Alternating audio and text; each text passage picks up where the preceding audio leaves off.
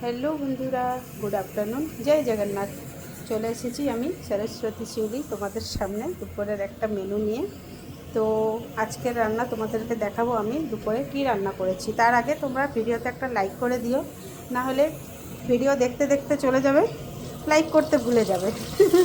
ঠিক আছে, তো হলো আজকের সব ফ্রাই আমার দেখো, বেগুন ভাজা, পটল ভাজা, এটা আলু দেখো গোল গোল করে আলু ভাজা, কলার চপ হবে, করলার পকোড়া হবে, ঠিক আছে, আর তার সাথে পাঁপড় আচার। কিন্তু তোমাদের কমেন্টে বলতে হবে আমি এমন কি রান্না করছি যার জন্য আমি এত সব ভাজা আইটেম করেছি।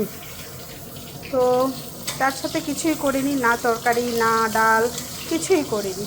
তো তোমরা যদি কেউ জানো তো কমেন্টে বলো, আমি যে এত সব ফ্রাই করেছি, আলু বেগুন পটল কলা সব, করলা ফ্রাই হবে, তো এটার সাথে এমন কি রান্না করেছি যার জন্য 5 রকম ভাজা করেছি। ঠিক আছে, তো যে জানো সে কমেন্টে নিশ্চয়ই বলবে আমাকে যে আমি কি রান্না করেছি।